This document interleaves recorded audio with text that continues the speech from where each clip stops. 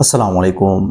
नकल कफ़ाला करने के बाद अपने कफ़ील पर कैसे केस करें, क्योंकि बहुत कफ़ील ऐसे होते हैं जिससे आप अपना ट्रांसफ़र लेते हैं तो फिर वो आपको तंग करते हैं, या आप इकामा के लिए पैसे देते हैं, या आप कॉन्ट्रैक्ट टर्मिनेट करवाते हैं और फिर वो आपके साथ रवैया बदल देते हैं। तो आपने उनके ऊपर केस कैसे करना है, अपने कफ़ील के साथ कैसे निपटना है। इसके अलावा इस बार हज अगर आप इल्लीगल तरीके से कर रहे हैं तो उसके ऊपर बहुत ज़्यादा सख्ती है। इन दो अहम टॉपिक के बारे में इस वीडियो में बात करेंगे। आपसे एक ही रिक्वेस्ट है कि वीडियो को पूरा देखिए। इसके अलावा अगर आप इस चैनल पर नए हैं तो चैनल को सब्सक्राइब करना और वीडियो को लाइक करना ना भूलिए, क्योंकि इसी चैनल पर मैं आपको Saudi related informative videos upload करता रहता हूँ। पहले नंबर पर बात करते हैं कि इस बार अगर आप इल्लीगल तरीके से हज करेंगे तो आपको 6 माह की कैद और 20,000 रियाल का जुर्माना अदा करना पड़ेगा। अगर आप इस जुर्माने को अदा नहीं करेंगे तो आपकी जो कैद है वो बढ़ती जाएगी तब तक जब तक आप इतना पैसा पे नहीं करोगे।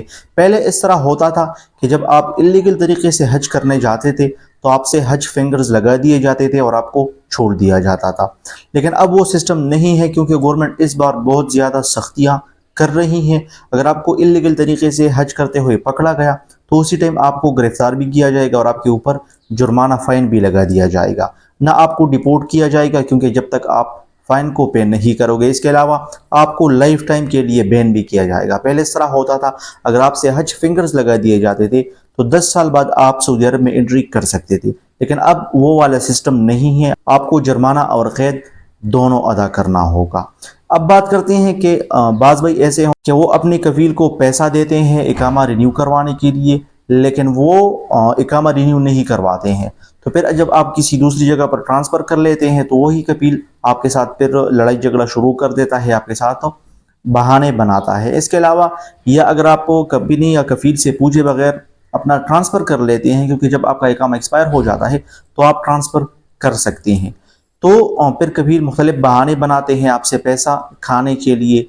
या अगर आप अपना कॉन्ट्रैक्ट कंपनी या कफ़ील के साथ टर्मिनेट करवाते हैं, क्योंकि ये ऐसे मसाइल है जो सऊदी अरब में हर दूसरे और तीसरे बंदे के साथ सामने आ रहे हैं।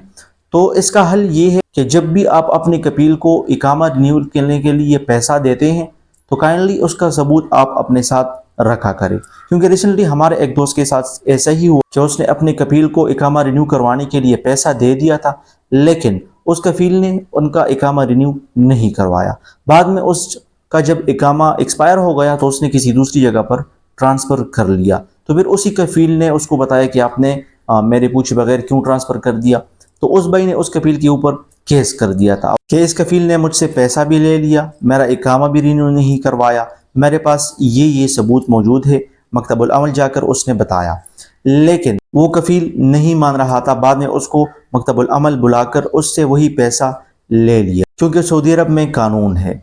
तो इसी तरह अगर आपका कफ़ील आपका इकामा रिन्यू नहीं करवाता है, या आप अपना कॉन्ट्रैक्ट टर्मिनेट करवा लेते हैं, या उससे पूछे बगैर आप अपना ट्रांसफ़र कर ले, तो आपने अपने साथ कुछ सबूत रखने हैं। अगर आप उनके ऊपर केस करना चाहते हैं तो आप फिर केस कर सकते हो, तो उसी कफ़ील से वही पैसा लिया गया। इसके अलावा अगर कफ़ील आपको कहे कि मैं आपको आपका पैसा वापस कर दूंगा, आप केस वापस ले ले, तो आपने इस तरह नहीं करना है। आपने अपने कफ़ील को बताना है कि आप मेरे साथ मकतबुल अमल चले जाएं, वहाँ पर हम एग्रीमेंट साइन कर देंगे कि आप मेरे पीछे कोई गलत केस इसके बाद नहीं बनाओगे, तब मैं आपका केस कैंसिल करूंगा। इसके अलावा आपने उस कफ़ील से अपना पैसा भी पूरा लेना है कि मुझे मेरा इकामा का पैसा वापस कर दो, मैंने ऑलरेडी ट्रांसफ़र किया हुआ है। तो आपने इन बातों का ख्याल रखना है। अगर आप अपनी कंपनी या कफ़ील पर केस करना चाहते हैं तो यही बातों का ख्याल ज़रूर रखिए। होप आपको ये वीडियो अच्छी लगी होगी। अगर आपको ये वीडियो अच्छी लगी है तो अपने दोस्तों के साथ ज़रूर शेयर कीजिए, क्योंकि बहुत से दोस्त ऐसे हैं जिनका यही मसला है, ताकि उनको इस बारे में आगाही हो। इसके अलावा अगर आपका कोई क्वेश्चन वगैरह है तो आप मुझसे कमेंट सेक्शन में पूछ सकते हैं। मैं भरपूर कोशिश करूँगा कि आपको उस बारे में आगाही दूँ।